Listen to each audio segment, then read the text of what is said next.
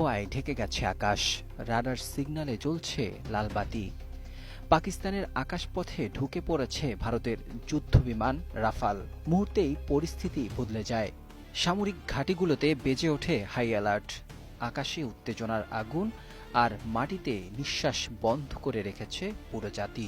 পাকিস্তান জুড়ে এই যখন অবস্থা, ঠিক সেই মুহূর্তে ককপিটে বসা এক নারী, স্কোয়াড্রন লিডার আয়েশা, ঠান্ডা মাথায় চোখ রাখলেন স্ক্রিনে।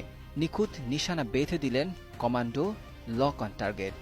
সেকেন্ডের ব্যবধানে পাকিস্তানের আকাশে থেমে যায় ভারতের আধিপত্যের স্বপ্ন। রাফাল বিস্ফোরিত হয় মাঝ আকাশেই। আগুনের গোলায় ছিন্ন ভিন্ন হয়ে পড়ে ভারতের রাফাল যুদ্ধবিমান।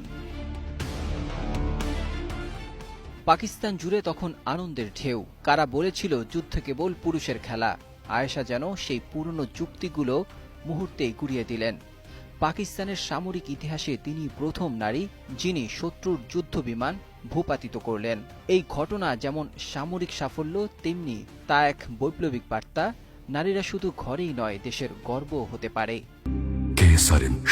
থেকে শিখরে আয়েশার সাহসিকতার প্রশংসা ছড়িয়ে পড়ে গোটা বিশ্বে। যুক্তরাষ্ট্র, ব্রিটেন, তুরস্ক, বিভিন্ন দেশের সংবাদ মাধ্যমে প্রশংসা করে তার বীরত্বগাথা। পাকিস্তানের প্রধানমন্ত্রী নিজে ফোন করে অভিনন্দন জানান তাকে। প্রতিরক্ষা মন্ত্রণালয় ঘোষণা করে তাকে দেওয়া হবে জাতীয় বীরের সম্মান। বিপরীতে ভারতের মিডিয়ায় তখন হতাশা আর ক্ষোভের ছাপ। 5টি যুদ্ধবিমান হারানোর খবর ছড়িয়ে পড়লে দেশজুড়ে শুরু হয় সমালোচনার ঝড়। পাকিস্তান দাবি করে 3টি রাফাল এবং 2টি সুখোই ও মিগ সিরিজের যুদ্ধবিমান তারা ধ্বংস করেছে। বন্দী করা হয়েছে পাইলটদেরও। সামরিক বিশ্লেষকরা বলছেন, এটি কেবল একটি বিমান ধ্বংসের ঘটনা নয়, বরং পুরো যুদ্ধের মোরাল কম্পাস ঘুরিয়ে দিয়েছে এই অপারেশন। আর এই গল্পের কেন্দ্রে রয়েছে নারী স্কোয়াড্রন লিডার আয়েশা।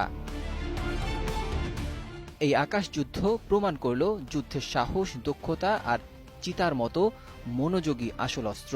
আর আয়েশা সেই অস্ত্রেই হয়েছেন পাকিস্তানের আকাশরানী। ডেস্ক রিপোর্ট, 21শে টেলিভিশন।